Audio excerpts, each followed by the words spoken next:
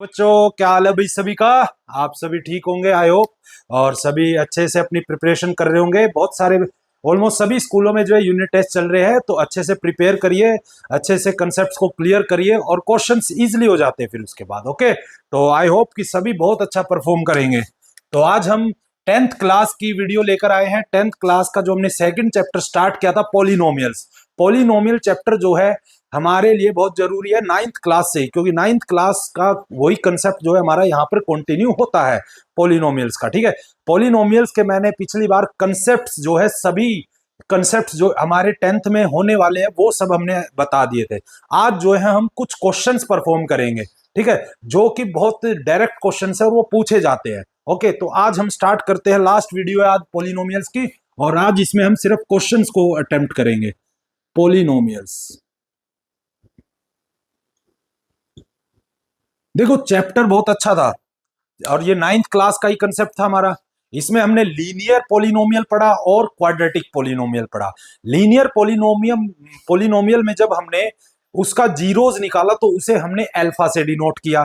ठीक है, जिसकी वैल्यू हमने रखी थी, जिसकी वैल्यू हमने क्या रखी थी, ठीक है, लीनियर पोलिनोमियल। लीनियर पोलिनोमियल क्या होता है, जिसकी डिग्री क्या होती है, 1 होती है। क्या होती है, डिग्री क्या होती है, 1 होती है। ठीक है, उसका जब हमने अल्फा निकाला, मतलब कि उसका जीरोस निकाला, वेरिएबल की वो वैल्यू जो उस पूरे पोलिनोमियल को जीरो बना दे, उसकी वैल्यू निकाली, तो उसका हमारे पास है -b/a, क्योंकि इसकी स्टैंडर्ड फॉर्म क्या होती है, इसकी होती है P x is equal to A x plus B.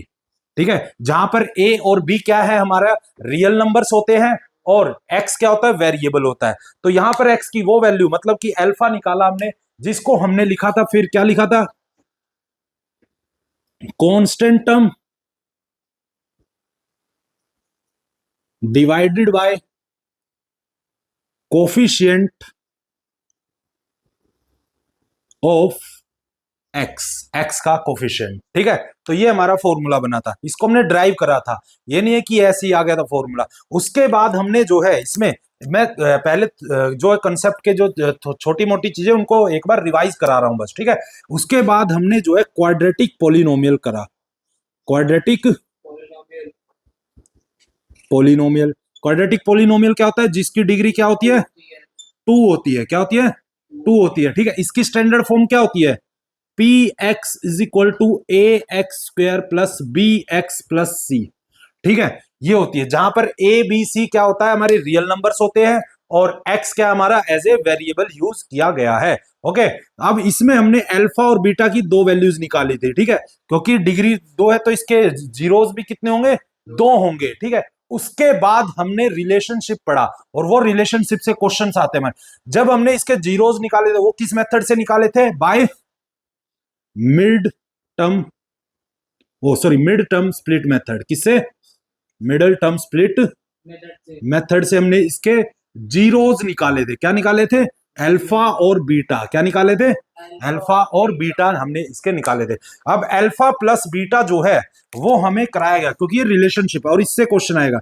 Alpha plus beta जो है वो हमारा किसके बराबर होता है, -b/a। किसके बराबर होता है, ठीक है, और अल्फा मल्टी मतलब कि जीरोस का प्रोडक्ट जो है वो किसके बराबर होता है, C/a के बराबर होता है। किसके बराबर होता है, C/a के बराबर होता है। उसके बाद अगर मैं इसको उसमें लिखूं भाई, ऐसे टर्म्स की बेसिस में लिखूं तो कैसे लिखा जाएगा, बी कौन है, coefficient of, coefficient of x. किसका कोफिशिएंट है, एक्स का। और ए क्या है, एक्स स्क्वायर का कोफिशिएंट है। किसका कोफिशिएंट है, कोफिशिएंट ऑफ एक्स स्क्वायर। ठीक है, और यहां पर सी क्या है, कांस्टेंट टर्म। क्या है, कांस्टेंट टर्म। और ये क्या होता है, ए कोफिशिएंट ऑफ एक्स स्क्वायर। ये सारी बातें, छोटी छोटी सी बातें हमने यहां पर जानी थी, ऑफ एक्स स्क्वायर। ठीक है, कोफिशिएंट, ये ऐसा कुछ हमने पढ़ा था। ठीक है, अब इसी से रिलेटेड कुछ क्वेश्चन हम स्टार्ट करेंगे फिर से। मैं एक बार इसके जो है 4 क्वेश्चंस जो है जो कि बहुत इंपॉर्टेंट और वो आते ही आते हैं पेपर में, उन्हीं को दोबारा मैं कराने की कोशिश कर रहा हूं एक बार, ठीक है। एक बार इनको समझेंगे और इसी से रिलेटेड क्वेश्चन है। अब देखो एमसीक्यूज के रूप में जो सबसे अच्छा क्वेश्चन आ सकता है या डायरेक्टली 2 नंबर में भी आपसे पूछा, वो तो डिपेंड करता है, लेकिन कंसेप्ट और क्वेश्चंस को हम अच्छे से समझ लेंगे। वो क्या करेंगे, वो यहां पर क्या करेंगे कि यहां पर एक ऐसे ग्राफ बना देंगे और उसके बाद ऐसी कोई वेव या किसी तरीके से ऐसे कोई इसमें ग्राफ की एक ऐसी कोई भी प्रेजेंटेशन दे देंगे, ठीक है। और वहां पर आपसे पूछा जाएगा कि इसके कितने सॉल्यूशंस है, क्या है, जैसा कि फर्स्ट एक्सरसाइज में फर्स्ट क्वेश्चन है या फिर एग्जांपल 1 जो है हमारा, इससे में पूछा जाएगा कि भाई इसके कितने सॉल्यूशन मिलेंगे। तो यहां पर एक्स एक्सिस को, ये हमारा एक्स एक्सिस होता है और ये हमारा वाई एक्सिस होता है, ठीक है। यहां पर ये जो डायग्राम टाइप दिख रहा है, जो प्रेजेंटेशन दिख रही है ग्राफ पर, यहां पर जितनी बार भी एक्स एक्सिस को इंटरसेक्ट किया जाएगा, काटा जाएगा, उतने ही क्या होंगे, इसके सॉल्यूशंस होंगे। तो ये 1 बार काटा, 2 बार काटा, 3 बार काटा, 4 बार काटा, 5 बार और 6 बार, तो इसके कितने सॉल्यूशन होंगे, कितने होंगे, 6 सॉल्यूशंस होंगे। कितने होंगे, ठीक है। क्यों होंगे, क्योंकि इसने इंटरसेक्ट किया है एक्स एक्सिस को 6 बार। कितनी बार इंटरसेक्ट किया है, 6 बार। इसी वजह से इसके 6 सॉल्यूशंस होंगे, ठीक है। अब इसमें हमारा जो सबसे जरूरी है समझना, ग्राफ लीनियर और क्वाड्रेटिक का समझेंगे। किसका समझेंगे, लीनियर और क्वाड्रेटिक का, ठीक है। देखो लीनियर का ग्राफ कैसा बनता है, लीनियर का क्या होता है, लीनियर पॉलिनोमियल का ग्राफ कैसा बनेगा,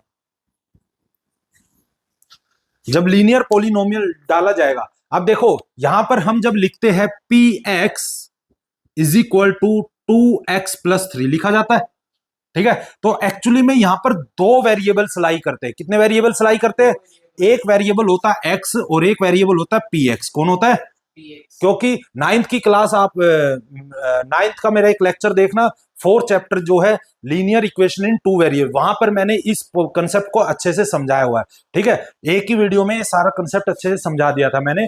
तो 9th क्लास की 4th चैप्टर की मेरी वो वीडियो देख सकते हो, वो मैंने अपलोड कर भी दी है, ओके। तो इस कंसेप्ट को वहां से अच्छे से समझ सकते हो आप। एक बार मैं यहां पर भी कोशिश करता हूं। तो यहां पर क्या होता है, देखो जैसे मैं यहां पर x की वैल्यू अगर 1 डालता हूं तो पी एक्स की वैल्यू क्या आएगी, 2 × 1 + 3 विच इज इक्वल टू 5, क्या आएगा, ठीक है। अगर मैं x की वैल्यू 0 डालता हूं तो क्या आएगा, P x is equal to 2 × 0 + 3 which is equal to 3, क्योंकि 0 + 3 क्या होता है, 3, क्या होता है 3। तो इसका मतलब देखो यहां पर ध्यान से देखो, x की वैल्यू बार बार बदल रही है, तो ये एक वेरिएबल है, क्या है, लेकिन ध्यान से देखो तो पी एक्स की वैल्यू भी तो बदल रही है बार बार, तो ये भी कौन है, एक एक्चुअली में वेरिएबल है, क्या है। तो इसी पी एक्स को हम ये भी तो लिख सकते हैं, y is equal to 2x+3, लिख सकते हैं कि नहीं लिख सकते। और यही हमारा 9th में 4th चैप्टर है, लीनियर इक्वेशन इन 2 वेरिएबल्स, ठीक है। 2 वेरिएबल में लीनियर इक्वेशन, लीनियर मतलब डिग्री दोनों की क्या होनी चाहिए, 1 होनी चाहिए, क्या होनी चाहिए, 1 होनी चाहिए, ठीक है। तो इसका ग्राफ कैसे बनेगा, अगर मैं इसका ग्राफ प्रेजेंट करने की कोशिश करूं, इसी का मान लो, इसी का, तो यहां पर मैं क्या करूंगा, एक बार मैं x को 0 ले लूंगा और एक बार y को। अगर मैं x को 0 लेता हूं तो y की वैल्यू क्या आएगी, इससे इससे y की वैल्यू आ जाएगी 2 × 0 + 3 विच इज इक्वल टू 3। तो y की वैल्यू क्या आ गई, 3। अब मैं क्या करूंगा, y को 0 ले लूंगा, क्या ले लूंगा, y को 0 ले लूंगा, और y जैसे ही मैं इसको यहां पर रिप्रेजेंट करूंगा, 0 इज इक्वल टू 2x + 3, तो x की वैल्यू आ जाएगी -3/2 विच इज इक्वल टू -1.5। किसके इक्वल आ गई, -1.5, ठीक है। अब इसका ग्राफ बनाने की कोशिश करते हैं हम, ठीक है सर। पर जैसे आपने इसको सॉल्व किया, हाँ, इसको एक अलग तरीके से करते ना, पूरा y = 2x की जगह ब्रैकेट में 0 डाल के फिर 3 करके, तो वैसे ही तो करा बेटा, नहीं तो जैसे अभी इंटू, एक बार इंटू करके कट दिया ना, पर पिछले साल में ऐसे कराया था कि नहीं नहीं ऐसे ही कराया बेटा, यही है मेथड, यही है ही नहीं इसके अलावा, ठीक है। मैं यहाँ पर 2 ही वैल्यू लेनी है हमें, एक बार x को 0, एक बार y को 0, ठीक है। हमें यहाँ कोई बहुत बड़ा डायग्राम नहीं बनाना है, ठीक है, ये तो समझाने के लिए। अब मैं इसको ग्राफ पर रिप्रेजेंट करता हूँ, किस पर रिप्रेजेंट करता हूं? ग्राफ पे। ग्राफ पर रिप्रेजेंट करता हूं, ठीक है। तो यहां पर इसका ग्राफ देखो, लीनियर पॉलिनोमियल का ग्राफ जो है हमेशा स्ट्रेट लाइन ग्राफ होता है। क्या होता है? Straight line. इस बात को याद रखना सबसे पहले तो, ठीक है। तो स्ट्रेट लाइन ग्राफ होगा। तो अब यहां पर मान लो 1 2 3 4 5 ऐसा रहा होगा। ये एक्स एक्सिस हो गया हमारा, ये हमारा वाई एक्सिस हो गया। ये -1 -2 -3 -4 यही होगा। ये एक्स डैश हो गया और ये वाई डैश हो गया, ठीक है। -1 -2 -3 -4 एक्स सॉरी 1 2 3 एंड 4 यही होगा बेटा। होगा कि नहीं होगा? अब यहां पर हम वैल्यूज देख लेते हैं। अब हम जानते हैं इस बात को कि यहां पर हमें एक्स और वाई की वैल्यू क्या मिली है। यहां पर एक्स की हमने यहां पर एक्स की वैल्यू रखी थी 0 और वाई की क्या मिली हमें 3, ठीक है। और यहां पर हमारे एक्स की वैल्यू मिली -1.5 और वाई की 0। तो ये दो कोऑर्डिनेट्स है। क्या है? अब 9th क्लास में हमने जब कोऑर्डिनेट ज्योमेट्री पढ़ी थी तो कोऑर्डिनेट्स को ऐसे रिप्रेजेंट करा जाता है, ठीक है। अब जब ऐसे रिप्रेजेंट, तो जो पहला पॉइंट होता है वो एक्स को रिप्रेजेंट करता है और दूसरा वाई को। एक्स कौन सा एक्सिस होता है हमारा? एब्सिसा। कौन सा होता है? और वाई कौन होता है? ऑर्डिनेट। कौन होता है? ऑर्डिनेट, ठीक है। कोऑर्डिनेट, ठीक है। कोऑर्डिनेट, ठीक है। ये इन्होंने कोऑर्डिनेट सिस्टम यहाँ पर, ठीक है, हमें रिप्रेजेंट करने को बोला। अब मैं यहाँ पर रिप्रेजेंट, तो 0 और 3, तो एक्स एक्सिस 0 होगी, यहाँ वाई 3 होगा। अब हम इस बात को अच्छे से जानते हैं, पूरी वाई एक्सिस पे एक्स क्या हो जाता है? 0। क्या हो जाता है? तो ये जो 0 और 3 जो पॉइंट है वो ये वाला पॉइंट है, ठीक है। ठीक है ना। अब यहां पर देखे तो y क्या है? 0 है। y 0 कहां पर होगा? x पे। किस पे होगा? और x 0 कहां पे होगा? y पे। किस पे होगा? ठीक है। अब हम इसको रिप्रेजेंट करते हैं तो 1.5 वो भी माइनस में यहां होगा कहीं पर, ठीक है, यहां पर लाई करेगा, ठीक है। तो ये लाइन ऐसे बनेगी, स्ट्रेट लाइन, और ये ग्राफ बिल्कुल ऐसे स्ट्रेट लाइन ग्राफ बनेगा, ऐसे। ओके। तो हमेशा लीनियर पॉलिनोमियल का ग्राफ कैसा बनेगा? Straight line graph. क्या बनेगा? Straight line graph. I hope कि ये टॉपिक अच्छे से समझ आया होगा, ठीक है। अब हम क्वाड्रेटिक पॉलिनोमियल का ग्राफ बनाएंगे। किसका बनाएंगे? ठीक है। अब सबसे बड़ी बात, मैंने यहां पर सिखाया था कि एक्स एक्सिस को जितनी बार काटा जाएगा उसके उतने ही सॉल्यूशंस होंगे, उसके उतने ही जीरोज होंगे। क्या होंगे? ठीक है। तो क्या यहां पर 6 जीरोज मिले हमें? 6 सॉल्यूशन में। यहां पर कितने सॉल्यूशन मिलने चाहिए हमें? एक, क्योंकि x तो एक ही बार कट रहा है ना। y कितनी भी बार कटे हमें कोई मतलब नहीं है उससे। x कितनी बार कटा?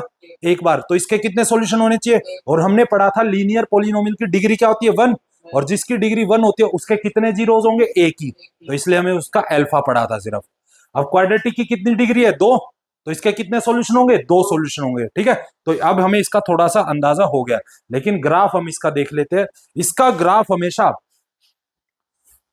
क्वाड्रेटिक पॉलिनोमियल का नहीं, मैंने दूसरे लेक्चर में क्वाड्रेटिक करा दिया बेटा, ठीक है। जाके देखेगा ना, पूरा समझ आ जाएगा फिर से। वो ये 9th का ही पैटर्न है पूरा का पूरा।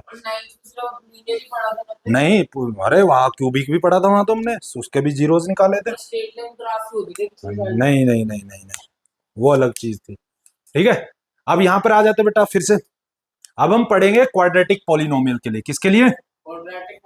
ठीक है। क्वेश्चन है कि ग्राफ बनाना है क्वाड्रेटिक पॉलिनोमियल का, ठीक है। अब कोई भी क्वाड्रेटिक इक्वेशन लेनी होगी हमें। क्या लेनी होगी? Quadratic equation. लेकिन इसमें ग्राफ बनाना नहीं आएगा इस चैप्टर में। ग्राफ ये तो मैंने बनाया जानबूझ के भी कैसे बनेंगे। तो इसमें सीधा सीधा पूछा जाएगा कि इसका जो ग्राफ होता है वो कैसा होता है। इसका ग्राफ जो होता है वो होता है पैराबोला। क्या होता है? पैराबोला टाइप होता है। पैराबोला क्या होता है?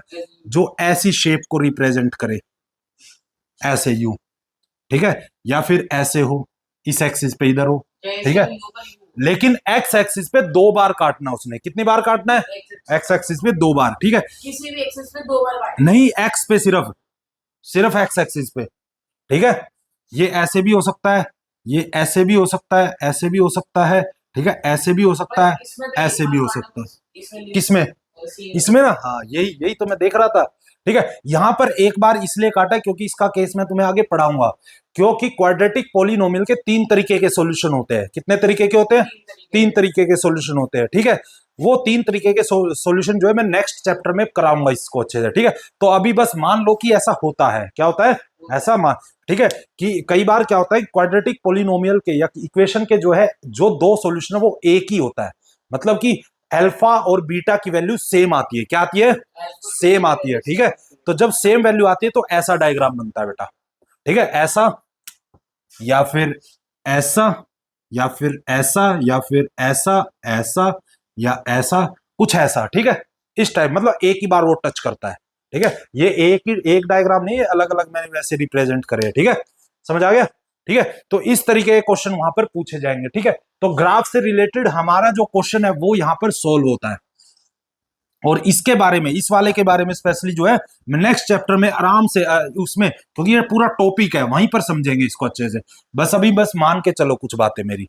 ओके, तो अब नेक्स्ट टाइप का क्वेश्चन कैसा आएगा? नेक्स्ट टाइप का क्वेश्चन आएगा कि भाई इसका जीरोज निकाल दो। किसका? लीनियर पॉलिनोमियल का। क्या निकाल दो? जीरोज निकाल दो, सॉल्यूशन निकाल दो। ठीक है, तो कैसे निकालेंगे? कोई भी इक्वेशन अगर दे रखी है, ठीक है, मान लो क्वेश्चन दे दिया भाई, जस्ट एक बार मैं क्वेश्चन देख लेता हूं कोई हो तो।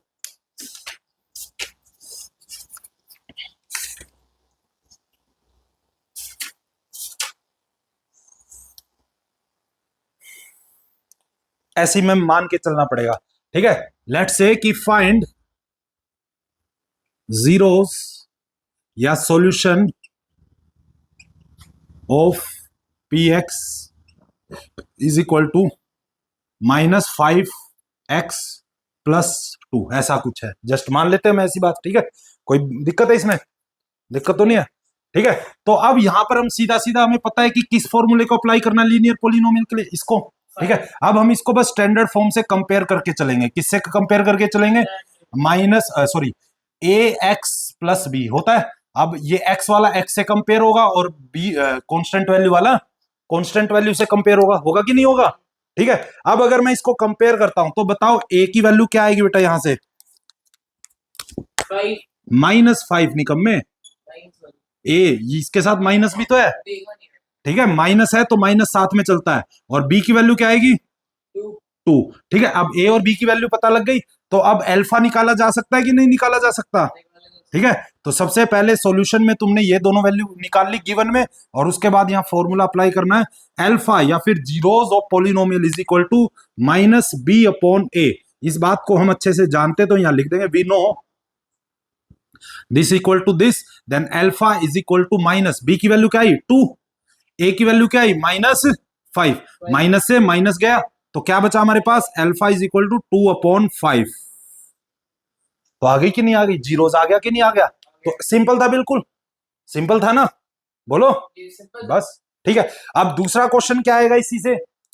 ठीक है, सारे क्वेश्चन, अब इसके बाद 2 क्वेश्चन और रह गए बस हमारे करने को। ठीक है, हाँ, एक एक ये हो गया। ठीक है, ग्राफ वाले क्वेश्चन हो गए। ठीक, और अब इसके बाद 2 क्वेश्चन और हमारे रह गए। ठीक है, अब एक और क्वेश्चन है, ये इसी से रिलेटेड है। अब ये कहेगा कि फाइंड लीनियर इक्वेशन या लीनियर पॉलिनोमियल इफ जीरोस या फिर और अल्फा इज इक्वल टू -3/2। क्या दे दिया वैल्यू को? -3/2।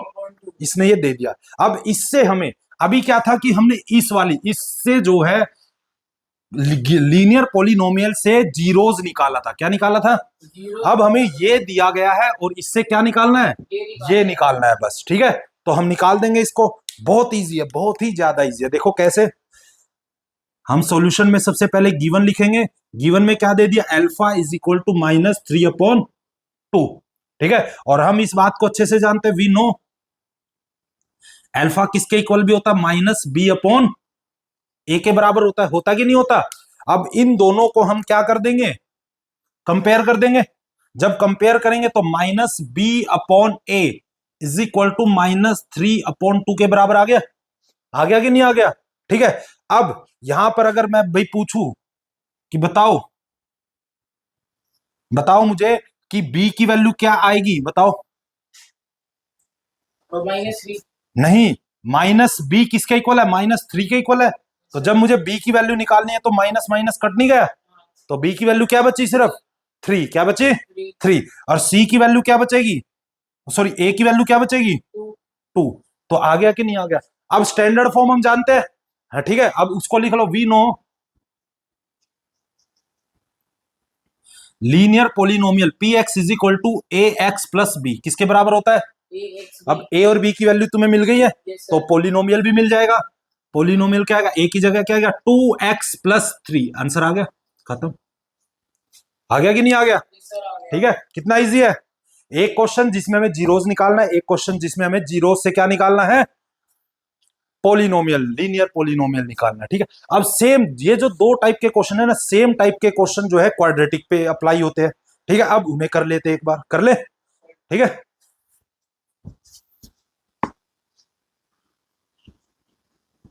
वैसे लास्ट क्लास में मैंने क्वाड्रेटिक के क्वेश्चंस कराए थे, लेकिन मैं फिर से करा देता हूं एक बार और। अब यही है बेसिक, अब इस पूरे चैप्टर में यही बेसिक है, यही जिसे अच्छे से आ गया वो समझ गया सारा टॉपिक। पिछली बार मैंने ड्राइव करके बताया, देखो पेपर में डेरिवेशन नहीं आती 10th क्लास में, ठीक है इसकी, लेकिन ये मैंने ड्राइव करके इसलिए बताया कि ताकि ये समझ सको बच्चों कि ये फॉर्मूले जो दिए जाते हैं ये कोई मजाक में नहीं कि ऐसे ही दे दिए, ये प्रॉपर तरीके से एक डेरिवेशन इनकी होती है और उस तरीके से निकलता है, तब हम इसको मान्यता देते हैं कि हाँ भाई ये एक फॉर्मूले की तरह यूज किया जा सकता है। ओके, तो स्टार्ट करें भाई। ठीक है, अब क्वेश्चन आएगा कि फाइंड द जीरोस। क्या? Find the zeros. वही सेम लीनियर पोलिनो, अब किस पे अप्लाई हो रहा है वो? Quadratic. Find the zeros of quadratic polynomial P x is equal to, अब कोई भी क्वेश्चन हम ले लेते हैं 4s, तो इसने ps दे दिया। क्या दे दिया? वेरिएबल तो बदल सकता है ना कोई भी। 4s माइनस में स्क्वायर 4s+1। ठीक है, ऐसा कुछ दे दिया इन्होंने। ठीक है, अब यहां पर मैं ये किस मेथड से करते हैं? मिडल टर्म स्प्लिट मेथड से। किससे करते हैं? मिडल टर्म स्प्लिट मेथड से हम इसको परफॉर्म करेंगे। ठीक है, और इसमें क्वेश्चन में एक और क्वेश्चन ऐड कर दिया। देखो बड़ा क्वेश्चन बनाने के लिए ऐसे करा जाता है, एंड वेरीफाई द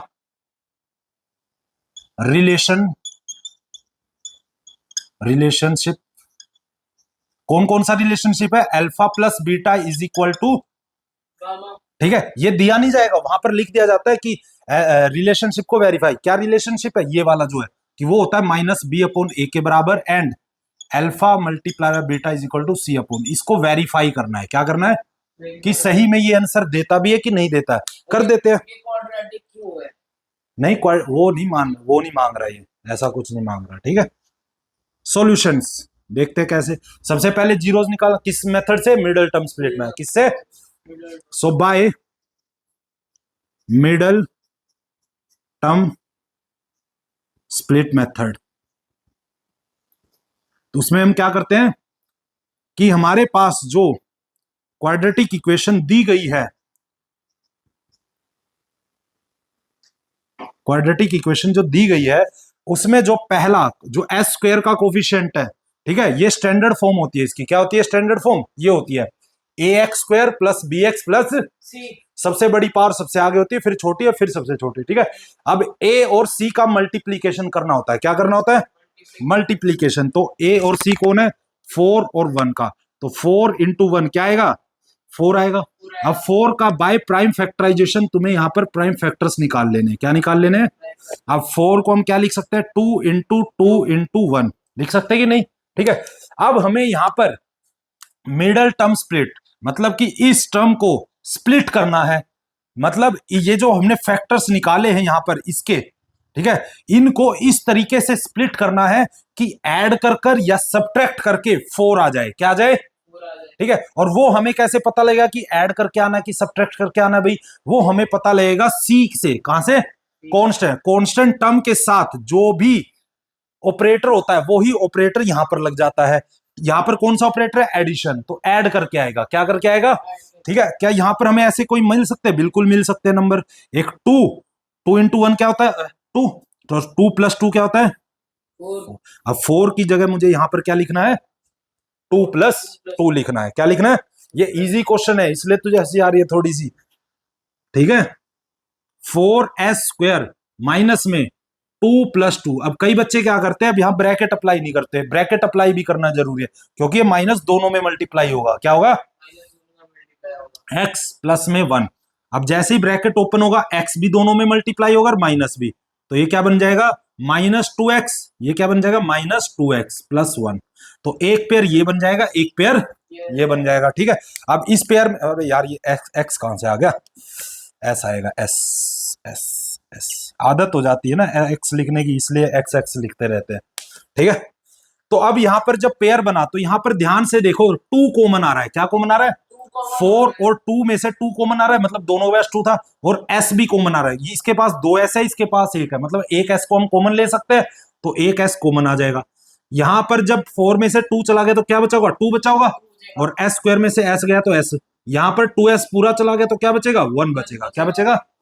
अब यहां पर क्या बचेगा -1, क्या बचेगा, क्योंकि इनमें से कॉमन कुछ नहीं है, जब कुछ भी कॉमन नहीं आता तो 1 कॉमन आता है, क्या कॉमन आता है।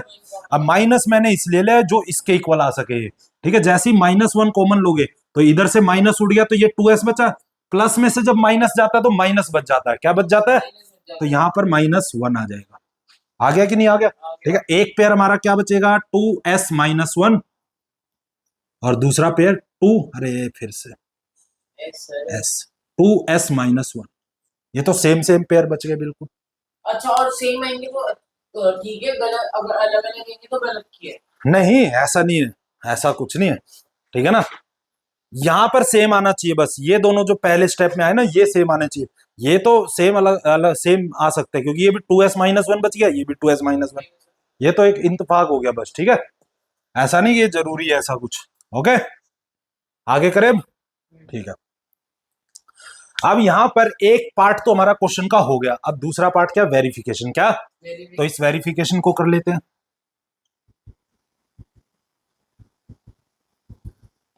पहला रिलेशन हमारा है alpha plus beta, sorry alpha beta तो अभी हमने निकाला ही नहीं, यहां पर पहले अल्फा बीटा भी तो निकालना है, ठीक है। अब यहां पर अल्फा बीटा कैसे निकलेगा, 2s - 1 = 0 रखेंगे, एक ये वाला भी और ये वाला भी 0 के इक्वल रखना है, क्या रखना है, तो यहां पर ये रखा तो x की वैल्यू क्या आ जाएगी 1/2, ये +1 हो जाएगा उधर जाके, और ये 2 डिवाइड, तो अल्फा की वैल्यू ये आ गई, आ गई, ठीक है।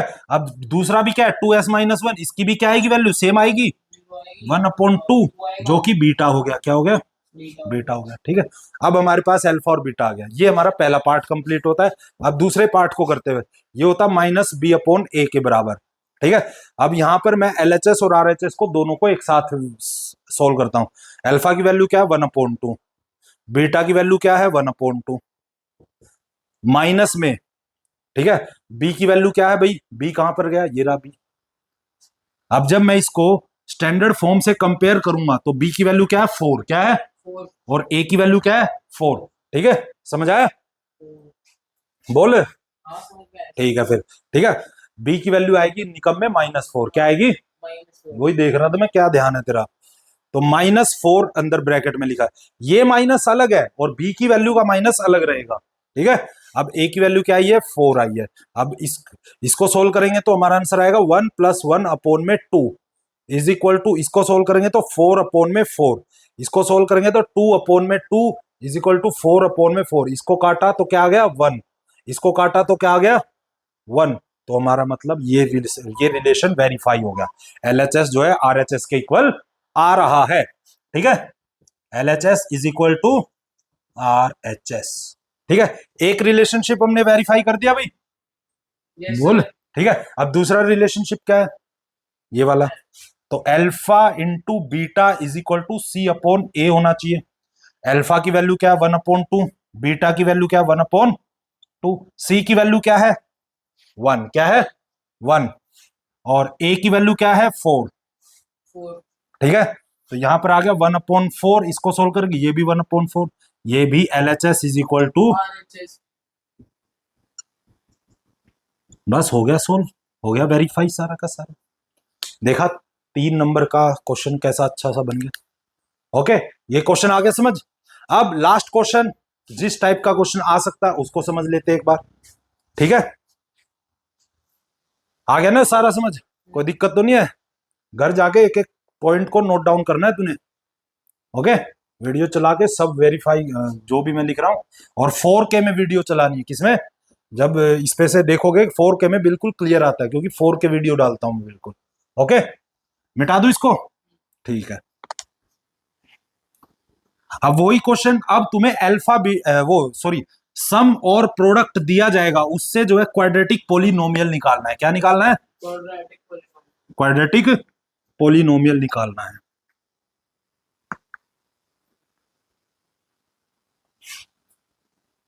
अब देख लेते हैं। अब जैसे ये एक्सरसाइज में जो सेकंड क्वेश्चन है वो इसी से रिलेटेड है। वो कह रहा है कि आपको सम ऑफ जीरोज दे दिया है 1/4 के इक्वल। किसके इक्वल? और प्रोडक्ट ऑफ जीरोज दे दिया गया है 1 के इक्वल। किसके इक्वल दे दिया है? सॉरी, -1 के इक्वल है। किसके इक्वल है? अब इससे हमें क्वाड्रेटिक पोलिनोमियल निकालना है। क्या फाइंड आउट करना है? P x is equal to A x square plus b x plus c, ये फाइंड आउट करना है। ठीक है, इसके दो तरीके हैं। अब मैं सिंपल वाला डायरेक्ट तरीका बता देता हूं। बिल्कुल, इसमें हमें एक फॉर्मूला याद रखना है। फॉर्मूला नहीं है, जब डेरिवेशन हमने करी थी उसमें एक स्टेप आया था, उसी स्टेप का इस्तेमाल करते हुए हम इसे डायरेक्ट कर सकते हैं। क्या कर सकते हैं? देखो, सम ऑफ जीरोज का मतलब क्या है? Alpha plus beta. क्या यही तो है सम ऑफ जीरोज?